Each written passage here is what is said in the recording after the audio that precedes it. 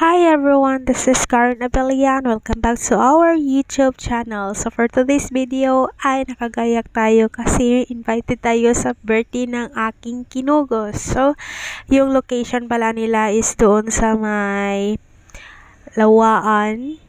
Doon sa may Linaw area. So, bali 3 rides ako. Sumakay ako ng bus, tapos yung jeep, tapos motor. So, ganun kalayo. Joke lang. Malapit lang yun sa kanila, pero kailangan ko mag-3 rides kasi malayo siya pag nilalakad ko. So, ayan, nakasakay natin tayo ng motor. And then, guys, yung baby na pala na to is pininyagan lang siya this year, and then ilalagay ko dito yung clips during ng kaniyang binyag. So, I am so happy na in-invite ako ng kaniyang mama.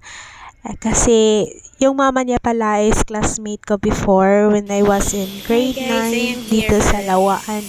So, let's go guys!